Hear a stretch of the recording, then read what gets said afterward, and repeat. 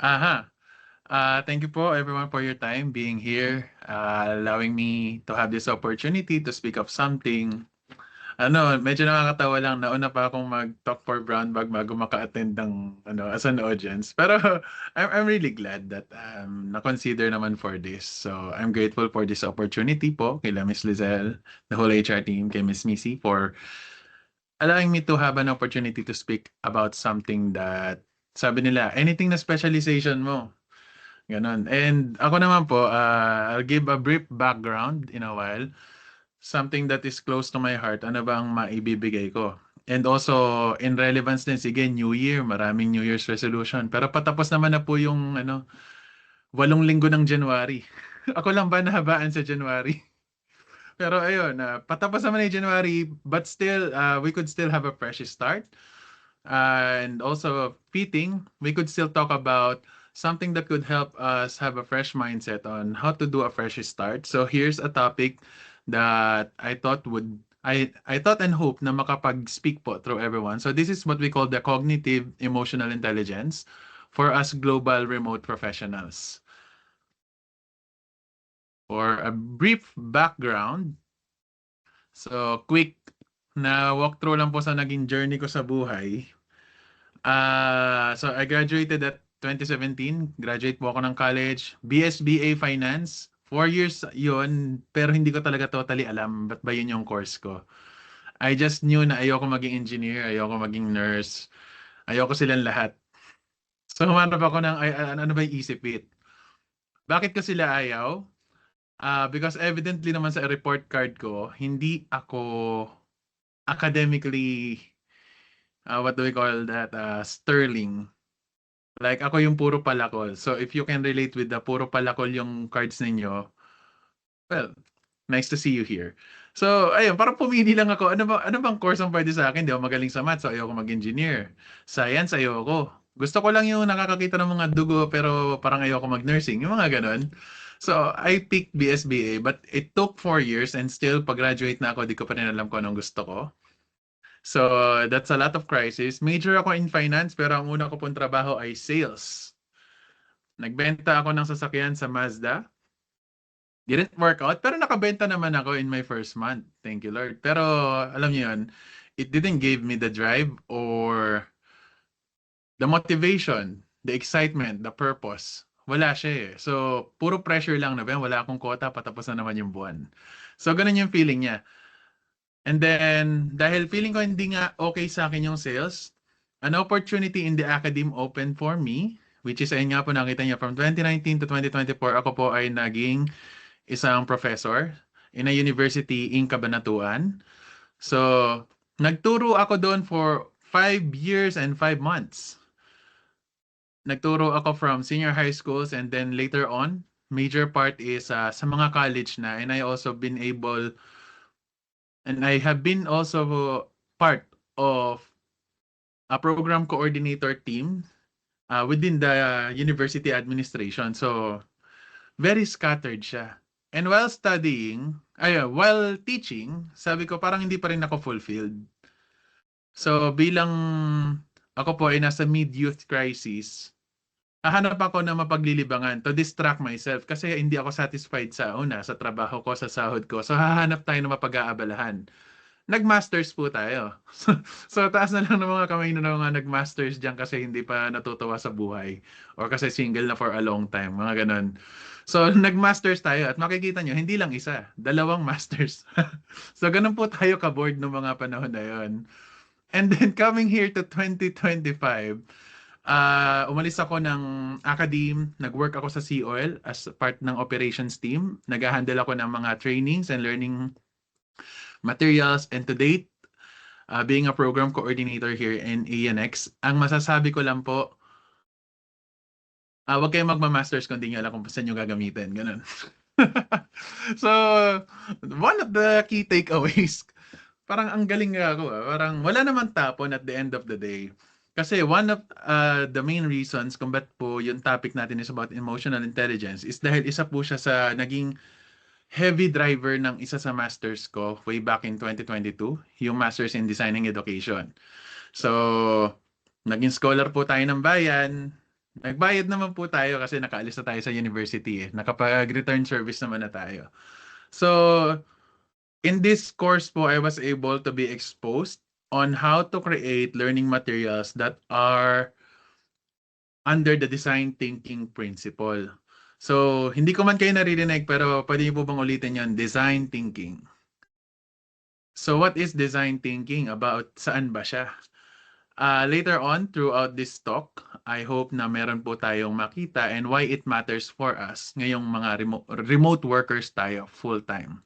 Saka ano ba ibig sabihin ng cognitive? Itong sakit, parang magtunog matalino lang pero di naman. Ganun.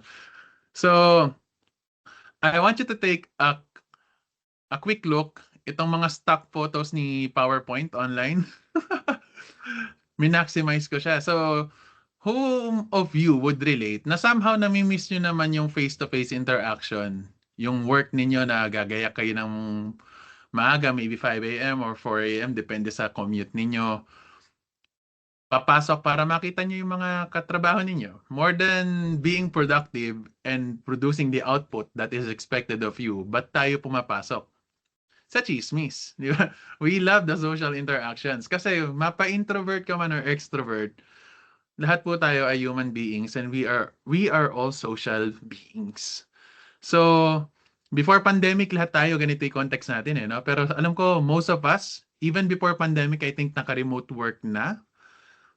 If that really worked for you, that's good. Pero kung hindi at isa ka sa nakaka-relate, before pandemic, everything was so hectic.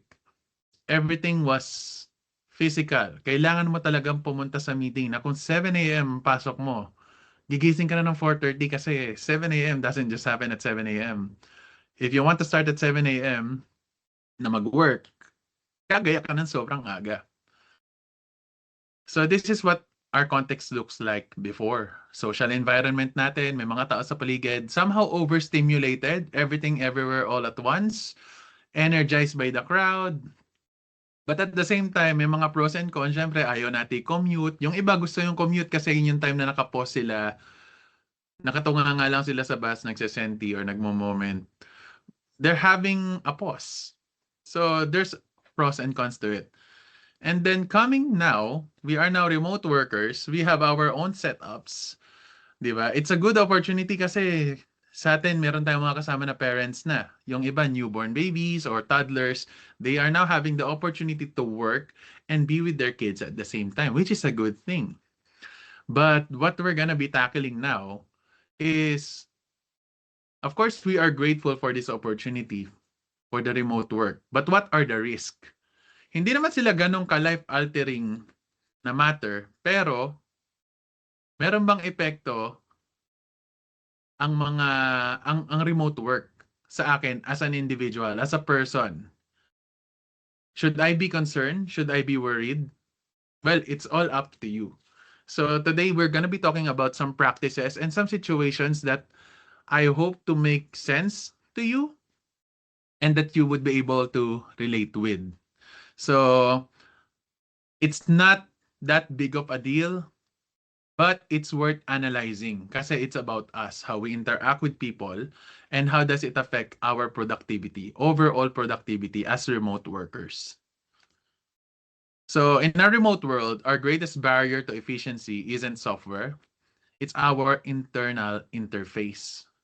So when I say internal interface, tayo yan. We are the most important machine today.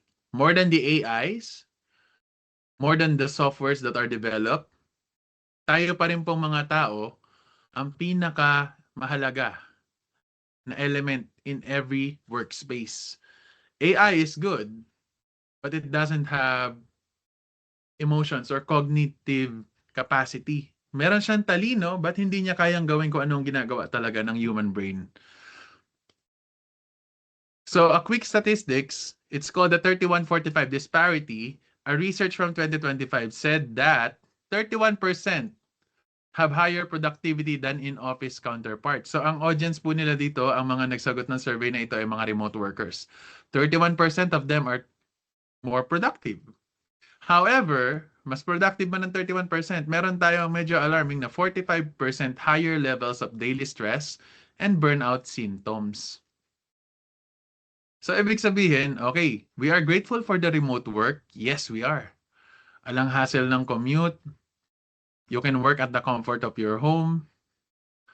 But it doesn't mean that it doesn't have a toll or it doesn't cost us anything. Meron tayong tinatawag na invisible work tax. I'm not sure if you could relate with this, but have you ever experienced having the difficulty na i-separate yung work and personal life? Na pagkagising mo, login ka kaagad. Alas 3 na, out na ako dapat pero nagwo-work pa rin ako somehow. Kasi nasa bahay lang rin naman ako. So, mga maliliit na bagay, we are happy to do because, maybe dahil gusto natin ginagawa natin, yung trabaho natin. However, simple practices doesn't help us or doesn't allow us to segregate our lives. Kahit sa bahay tayo nagtatrabaho, paano mo pa ba na di-differentiate? Paano mo pa nahahati yung personal life? So, if wala kang issue doon, good for you. Thank you for having a good personal life balance. But if you're somehow relating to it, oo nga, no? Parang ganun nga yung buhay ko lately. Parang walang boundary yung work sa yung personal life ko. So, I hope you get something into this. Also, we have what we call the digital exhaustion. Meron tayong tinatawag na virtual hypervigilance. So, from neuroscience data, last 2025, sabi doon, the act of constantly monitoring one's own square on camera and scanning others' pixels for tiny facial cues leads to 40% faster depletion of cognitive energy by midday compared to in-person meeting. So, yung meeting pala natin, di ba? Sinong guilty ron? Na kapag nagmi-meeting tayo, halimbawa na ganito, meron kang fair share of time na tinitingnan mo lang yung sarili mo sa camera. Hindi mo alam kung bakit. Or tinitingnan mo yung mga kasama mo sa meeting, hindi mo rin alam kung bakit. So, yes, the output and the objective of the meeting is still executed. However, the focus, meron siyang struggle. So, meron po akong mga ipapakita na linya dito. Ang medyo interaction lang po tayo. Put yourself in this situation and what would you feel? So, isipin nyo, Friday afternoon, magla-log out ka na tapos na-receive mo to sa Slack. We need to talk about the project update you sent. Parang ganyan lang. No context. Di mo alam yung tone. Ano kaya to? Or ibahin natin. Ikaw yung nag-send. Friday afternoon, mag-out ka na. Tapos may nakita ka na mali. Maybe ka-team mo, something na project na involved ka. Tapos yan listenend mo. Wala nang masyadong thought yung message. Basta ikaw gusto mo lang ma-clear or ma-deliver yung gusto mo sabihin. Then that's it. So how would you feel kung ikaw yung naka-receive niyan? How about this one? Invitation discussion, Tuesday at 9 a.m. No description. So no context na naman. Anong nararamdaman niyo pag bigla niyo nakikita yung mga ganito? Ano ba yan? Wala man lang ka-context. How about this one? May nag-chat sa'yo, quick question. Then 5 minutes later, puro yung typing tabs lang. Parang, ako lang ba or nakaka-relate din kayo that it somehow causes anxiety? Ano ba yan? Manong nag-send na lang kung kailang tapos na yung thought niya, kung buo na yung context. Di ba? Parang, ano ba? Hihinto ko lahat ng ginagawa ko. Nakikinig ako ng music habang nagtatrabaho. Ititigil ko yung music kasi I need to focus. Kailangan ko mapanatag yung kalooban ko hanggat hindi ko nababasa yung sinesend niya. May ganun eh. Or what if you propose something tapos ang reply sa'yo ay, not possible, do other way. Parang cold ba to? Parang how does this affect us as recipients or even kung tayo man yung sender nito? So, simple things that happens to us on a daily basis sa mga conversations natin sa Slack or sa team or whatever interface your team is using. These are just simple things, day-to-day basis na na-experience natin. It's good, it's nice, doesn't really cause us much stress, but maybe hindi lang natin na-analyze. So, in a nutshell po, this is the situation that we are in as remote workers. First is the problem. Kung hindi mo siya problem, okay lang, good for you. But if you can relate with this, hang on. So, digital signal loss. We lose 90% of human context. Hindi natin alam yung tono ng pananalita kasi chat lang. Body language, it's important as well. 'Di ba, in person pag may kausap ka, hindi ka komportable minsan dahil sa body language nila eh. But there are also other people na sobrang galing nila mag-communicate. Komportable kang makinig sa kanila. Nawawala yung tension mo, you're able to receive well. Kasi the body language is helping you to receive what the message is. And also their energy. Draining ba sila? Nakakainis ba sila? May mga ganun eh, no? Nakakairita sa paligid yun. Wala naman siyang ginagawa pero naiinis ako sa kanya. May mga ganun. O, wala tayong bibigyan ng example. So, when we're working through screen, medyo wala tayo ng mga yan. Unless we're in a call. Naririnig natin yung tone, body language somehow if naka-on cam sila. Energy, yeah. Marireceive naman natin yun on their tone. Pero kung message lang yan or email, it lacks all of that. So the interface is low fidelity. So that's the problem. And the situation is, the user is disconnected from the network. Sabihin po nun, yung global isolation, most of us are exposed in working with foreign coworkers. For example, ANX, they're based in Australia, or if your client is based from another. So global isolation, what does that mean? Working with a foreign colleague across time zones creates siloed empathy and cognitive bleed. So, ano ba yung Kate na sabi mo dyan? So, culture-wise, meron tayong malaking pinagkaiba. Sino sa inyo yung sobrang na-expose na kayo with the Aussies? Di ba sa Pilipino, sa Pinas, hindi naman uso sa atin yung mag-affirm. Uy, great job, ang galing, ang ganda. Yung mga ganun. In some culture ng mga Pinoy, yes, it exists in a really, really healthy culture. In FlexiLab, it exists. I really appreciate that. Pero di ba sa Australia, sasabihin nila, meron kang pinropose, in-overthink mo siya bago mo ibigay or isend. Tapos ang feedback sa'yo, kasi ikaw, bago mo pa siya isend, in-overthink mo na lahat. Tapos ang feedback sa'yo, wow, this is good. Perfect, brilliant, mga ganun, wow. Parang never ko kako nagamit yung mga words na yun in my personal life. So pati ikaw nakiki-perfect, nakiki-brilliant ka na. You're somehow adapting to their culture. So that's our situation. We are exposed with different culture and different time zone. We have to work 6 a.m. So dahil 6 a.m. ka nagwo-work, anong oras ka gumigising para mag-prepare? Lucky, sakto, 6 a.m. May alarm ako, tapos log in. Ito, ano lang po, share ko lang. I wake up at 3 a.m. every day dahil 6 a.m. ako. I will try to do as much as I could. Pupunta na ako ng gym, magluluto, kung ano man ang kayanin. Nilalabanan ko po. Kasi feeling ko, ako, alam ko sa sarili ko, yun yung kailangan ko so that I could be ready. Pero kayo, you have your own context, so how do you get ready? So that's because that's the situation. That's my situation. So kayo po, how do you prepare in your own situation? Iba-iba tayo ng coping mechanism. Next, the risk. The paranoia loop. In the absence of data, our brains design negative narratives. Sabihin po, the system is prone to bugs and crashes. So, ano po yung mga negative narratives na ito? Anxieties, burnout, and transactional frictions. Paranoia loop. Ibig sabihin, kung babalikan po natin yung mga examples ng mga lines of messages na binigay ko kanina, yung do the other way or yung nag-quick question tapos sobrang tagal ng kasunod, it causes you anxiety, burnout, and transactional friction. Ibig sabihin, there is somehow inefficiency in communication kapag hindi face-to-face ang usapan. Kung face-to-face tayo magkakatrabaho, puntahan ko lang si Miss Lizelle. Mrs. Sir, pengi nga po akong voucher ng Foodpanda. Nasa harap ko na siya eh. Hindi niya ako pwedeng isin lang. Ando na ako, nagtititigil lang kami. Hindi di ba? So there's a difference. Pero dahil online tayo, we can take a pause. Mamaya ko tayo replyan. Meron lang akong ginagawa. Yung mga ganun. And then fourth, the goal. Ano ba ang goal natin? Ba't natin ito pinag-uusapan? Meron po tayong goal, promise. Meron tayong pararoonan. We're almost at the climax of this talk. So, frictionless flow. We are analyzing this situation kasi ako po, ang gusto ko ay magkaroon tayo ng frictionless flow.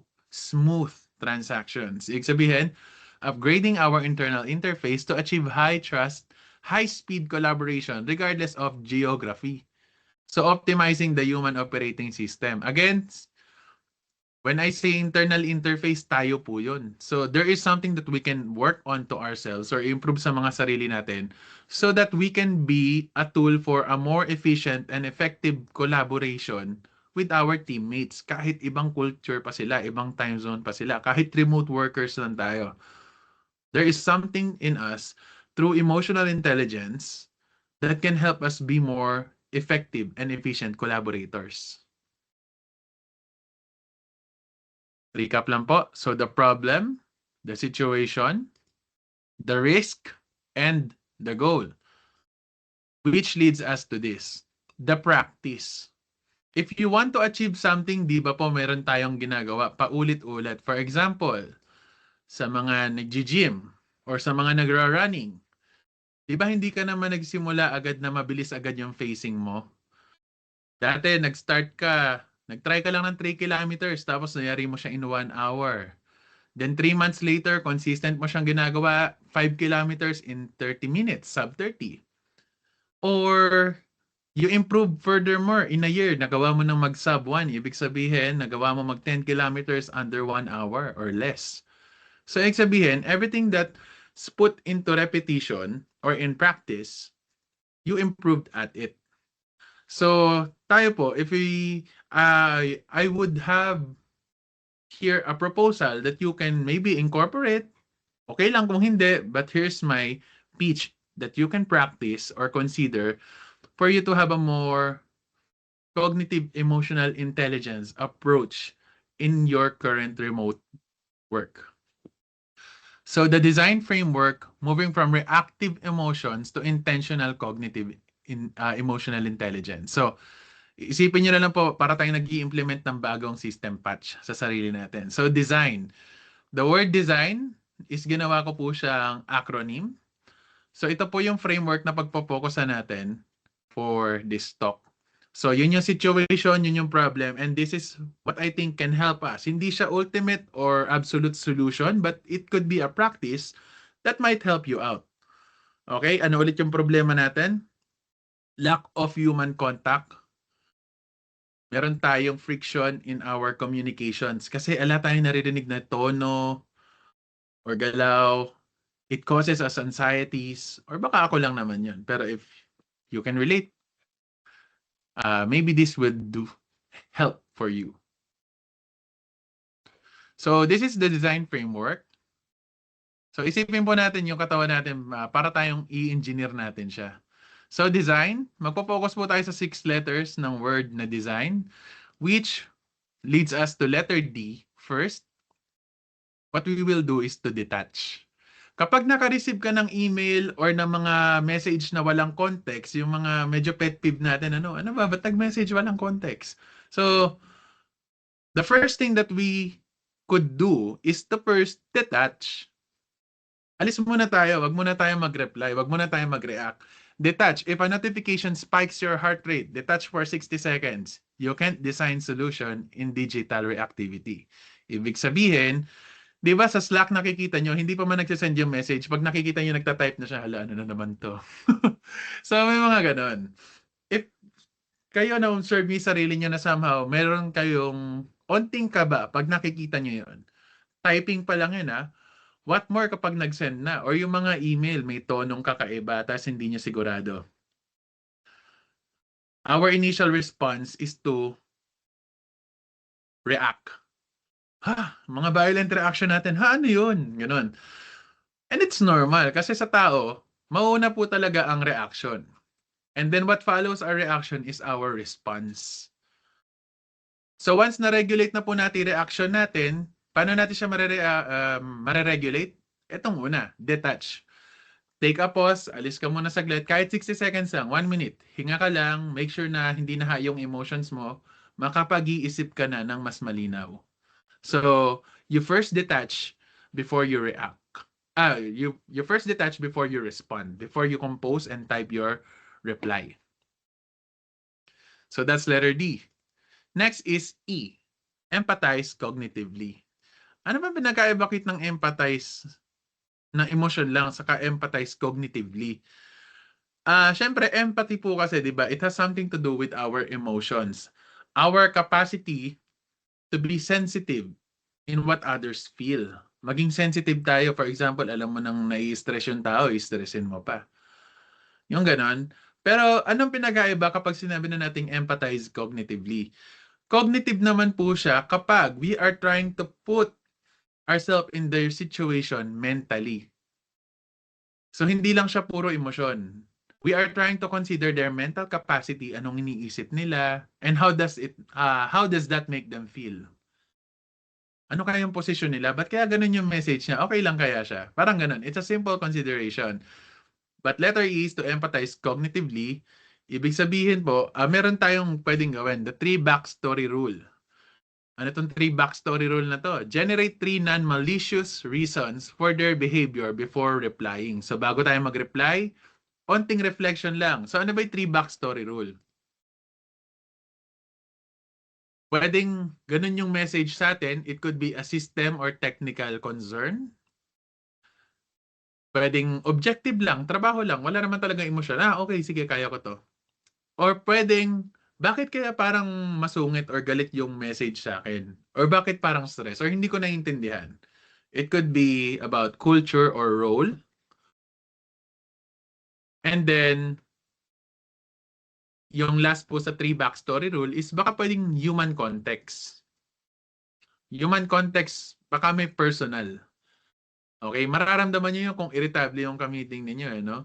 So there was one time, di ba? I think yung December is summer in Australia. Init na init ang mga tao doon kasi scorching hot talaga yung mga temperatures nila. Nalaman ko lang din yan. So, hindi sila galit. Wala silang nating personal, they don't have anything personal against you. It's just their environment. So, it's not you. So, mga ganun bagay lang. That if you don't consider, pwede kang ma-offend. Hala, ba't ganun yung tono niya sa akin? Irritable siya sa akin. Okay, so ang gagawin lang natin, baka ganun lang.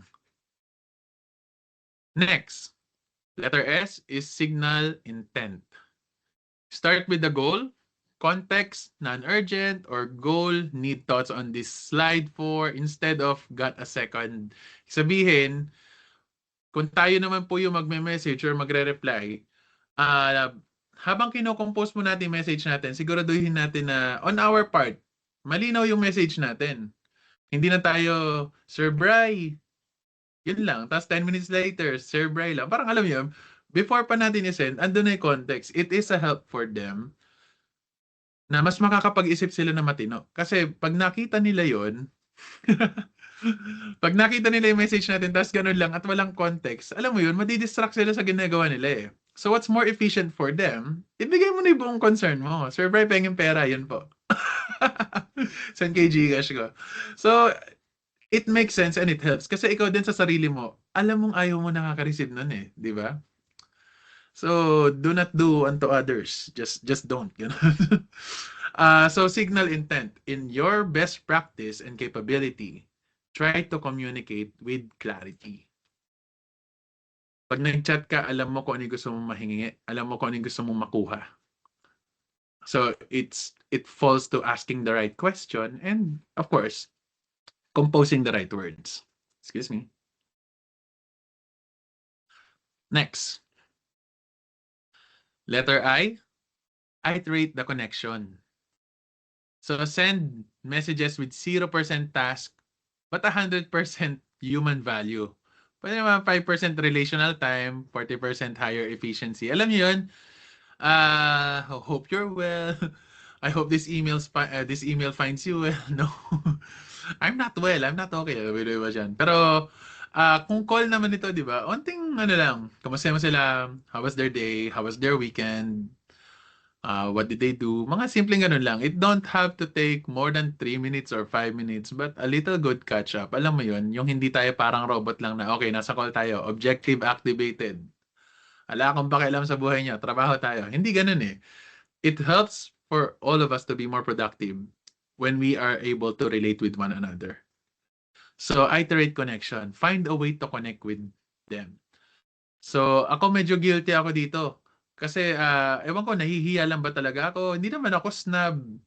Pero pag nagtatanong sila, for example, nag-meeting kami, oh, Keith, how was your weekend? So, magkikwento ako, tapos nangyari na, tapos meeting na kami. Tapos sa isip-isip ko, ba't ako hindi ko man lang sila tinanong? Masama ba akong tao? So, next time, I'll be practicing to incorporate it more that I would be also checking in to them. Kamustahin ko rin sila. So, iterate connection. We should initiate that. Kasi that's how we build good rapport eh. We're not just workmate, we are collaborators. A quick recap: detach, empathize cognitively, signal intent, iterate the connection. Letter G is gaps to the bridge. If the thread hits 4 plus replies with rising confusion, move to a 2-minute huddle or voice notes. Voice restores nuances. Ibig sabihin, alam niyo yun, sa Slack hindi na na-resolve yung issue, natag nyo na lahat ng tao tapos hindi pa rin na-resolve. Baka kasi other than we're pinging the wrong person, we are asking the wrong questions as well. So, maybe record nyo lang or ask for a quick call or huddle. Maybe it could make a difference and have a more quicker response. For example, meron ko na-encounter na issue. Dinidescribe mo siya via, tinatype mo lang. Tapos siguro sabihin natin 2 p.m. na paubos na yung English mo. Maybe probably the best solution is try mo mag-screen recording ka via Loom tapos i-send mo sa kanila. Okay. Okay. So that's the problem. Okay. So here's what you're gonna do. So attach or input human touch with our concerns kapag may mga ganun. It really makes a difference. And then last, letter N is narrate the finish. Always close the loop. I'm owning the edit. You'll have it by Tuesday morning. So, alam yon. Let's not leave the gates open or the doors open. As much as we can, kung nasa kamay natin ng mga bola, tayo ang magsara ng conversation. Let's assure. Let's give them assurance so that, alam nyo yun, there's accountability and there is clarity. If magkakausap na tayo via call, yung meeting natin hindi pa rin na-resolve, tapos wala pa ring ownership, nothing is resolved. So if in our end, we can resolve it, we can take ownership of it, let's guarantee our teammates. Because, again, collaboration, co-laboring, nothing is done if no one is accountable. So that is the design framework. Pwede nyo pong i-screenshot, or if this makes sense to you, something that you can practice. Again, wag mo na mag-reply agad. Detach ka saglit. Onting pause lang. 60 seconds, 30 seconds. Take a deep breath. Then think. Make sure na wala kang violent reactions or any emotions. Ang gagalaw ay ang isip muna. So kapag nakapag-compose na isip, empathize mo na ngayon. Masyado bang robotic? Masyado bang parang walang pakialam yung message ko? So empathize cognitively. Apply human touch to it. Signal intent. Malinaw ba yung intention ko, yung hihingi ko? Practice iterating or initiating connection. Kung hindi pa rin nagagets, 1 hour na tayo sa same issue, try to call a huddle. Maybe human interaction, kahit voice call would make a difference. And then narrate the finish. Make sure that each project has ownership, each part has accountability, and everyone has a clear image of the bigger picture. Okay, si Keith dito, si ganyan dito. That's how we help and add value to be more collaborative. So, yun yung pinaka-juice or main part ng talk, the design framework. But more than this, a key takeaway that I want you to have is tatlo lang naman. Kasi mahaba yung design eh. Pero kung nakuha niyo siya, thank you for appreciating it. Appreciate it so much. So to be more emotionally intelligent with cognitive touch, hindi pwedeng emotional lang, hindi pwedeng feel lang eh. We need to match their wavelength somehow. Kaya cognitive po. One is empathy. Cognitive mapping. Let's have the ability to consider people. Na hindi lang tayo basta parang robot or AI na nag-chat, nag-prompt, and then we expect result. We check on them. We relate with them. We collaborate with them. Number 2, signal. Define the objective or the goal of your communication. Or kung tayo yung ni-reach out nila, the best we can do, don't answer a question with another question.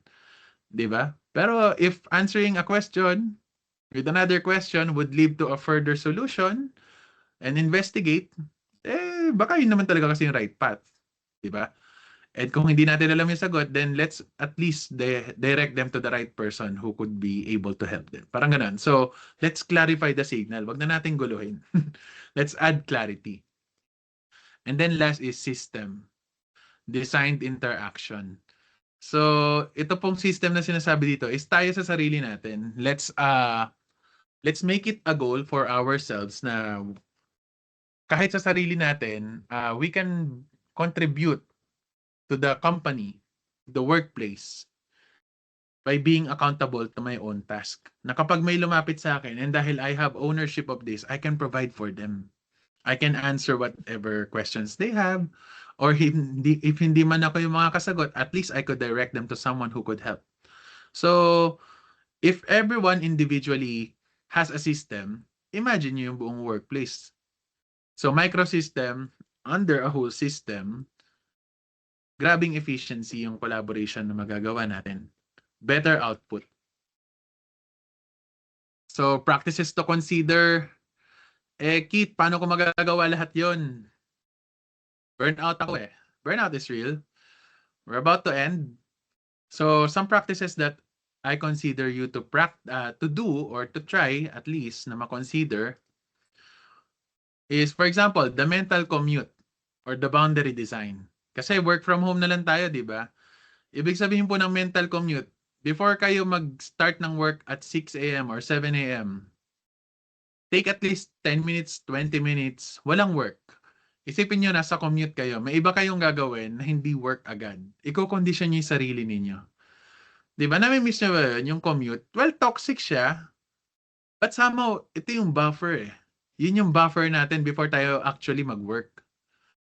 So, hindi porket wala na tayong commute at work from home tayo, hindi na natin siya kayang gawin. So, before ka mag-work, just take a pause. After ng shift mo, take a pause before ka pumunta ulit. O baka umiiyak na yung anak mo, kailangan mo na magluto, ganun. So, try to practice the mental commute. Design your own boundaries because boundaries matters. Personal lang yan, ha? Ikaw ang may control. And next, I encourage you to do meditation. However, meditation makes sense to you. So, it could be reading a book, listening to music. Yung iba, naglilinis lang ng bahay. Pag nai-stress sila, naglilinis ng banyo. That's good. Or nagluluto. Or whatever relaxes you. Practice meditation. Third is physical activity. So, kung may sports ka, good. You have all the time now. The work-life balance is really great here. We are grateful for that. Sports, gym, walking, running. So if you have all of those, your body is thanking you. You're doing a great job. Kasi ang hirap ng posisyon natin, nakaupo lang tayo maghapon. So at least invest kayo sa magandang upuan. Ganun. 4, recreational activity. Learn something new. Kate, matanda na ako. Hindi, learn something new. Mag-aral ka na, maybe bagong recipe, bagong hobby, something that excites you or something that makes you look forward to something.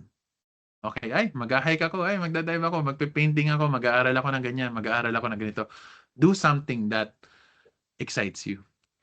Hindi pwedeng work lang na work. Kailangan may luho din, di ba? Magaling talaga sa... So, these are some practices that you could do. Kasi a little pause every once in a while helps you to be more productive. I'm about to end. So I just want to leave you with this, that emotional regulation isn't just a soft skill. It's the operating system for high performance focus. You could be the most excellent technical developer, IT, magaling kang mag-design ng UX, UI, and everything na ginagawa mo. You could be the most technically skilled employee. But without emotional intelligence, you are prone to burnout.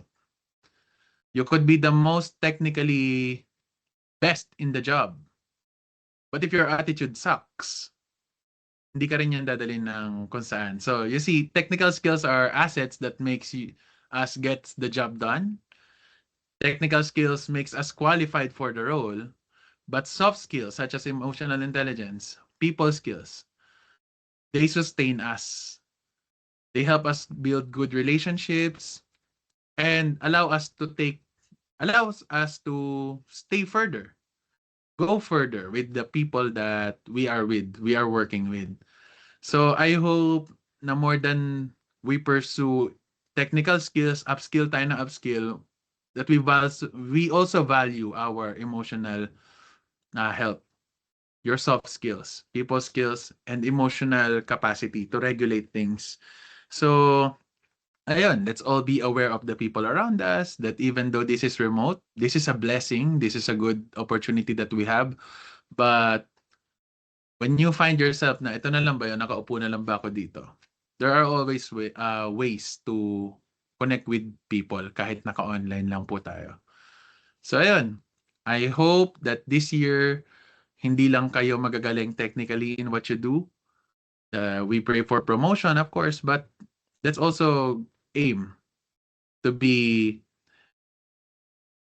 emotionally healthy person na kahit hindi natin kasama yung mga katrabaho natin, we uplift them and we are able to, alam niyo yun, magaan tayong katrabaho sa bawat isa.